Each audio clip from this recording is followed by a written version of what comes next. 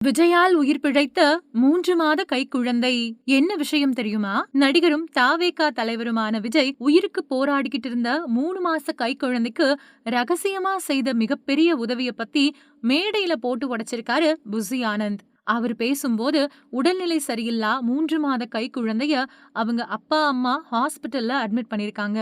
குழந்தையோட உயிரை காப்பாத்த பல லட்சம் தேவைப்படும்னு தெரிஞ்சுக்கிட்ட தலைவர் என்னை கூப்பிட்டு அந்த குழந்தையோட மெடிக்கல் ட்ரீட்மெண்ட்டுக்கு ஆகிற மொத்த செலவையும் போய் கட்டிட்டு வாங்க.